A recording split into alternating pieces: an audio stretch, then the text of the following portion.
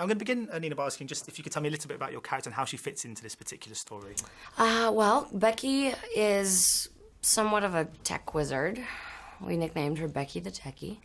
And she's Xander's right-hand woman. She handles all the gadgets, not handles the guns, but knows about the guns and hands them to the people who know how to use them better. And is kind of awkward and socially strange and talks too much, kind of like I do right now.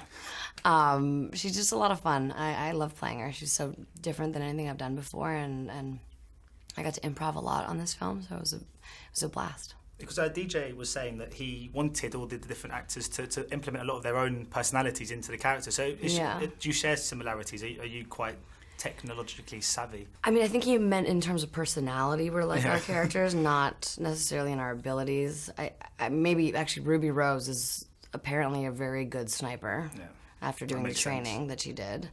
Deepika is an ass kicker, but I barely know how to turn on my iPhone.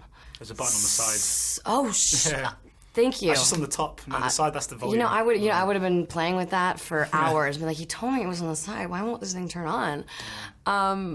But in terms of somewhat like talking too much, like I said, and being clumsy, I'm a lot like my character in that way. Because the movie's kind of crafted in such a way that you never really know who to trust. I was wondering if you had that experience when you were reading the screenplay, if you constantly were thinking, am I actually playing a good guy here or a bad guy? Well, to be honest with you, I wasn't allowed to read the script for a very long time. I had to audition and they blacked out my other lines, and they don't give you a script until you get on set. They were super secretive.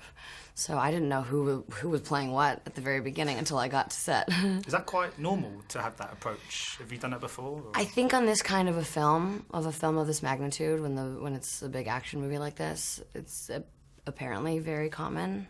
Harry Potter, I've been told is like that too, and other projects of that magnitude, but this is my first one, so I thought it was pretty crazy, but I understand that they're afraid of things leaking. And is it quite helpful, do you think, coming onto a project that is a kind of has an established tone and a big fan base, or can that sometimes be a bit suffocating for an actor when you kind of know what's expected of you already?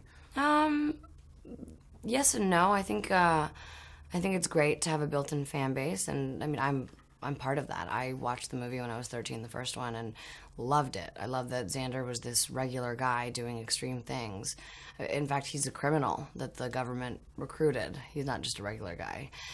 And he was doing all these extreme sport things that we hadn't seen before. It was very innovative and new, and I felt like, oh, maybe I could do that if he can do that. So that part of it I understand, and I think there's an excitement, and I think people are really looking forward to seeing how we're gonna one-up that and keep it fresh, and I think we've succeeded. There's a lot of stunts and a lot of sequences that haven't necessarily been seen before, and they're very innovative, and I think people will be pleasantly surprised. Gostou desse vídeo? Então deixe seu like aqui embaixo e se inscreva no canal. Para mais informações sobre Nino Dobrev e seus projetos, conexãodobrev.com.br e siga nossas redes sociais na descrição. Até mais!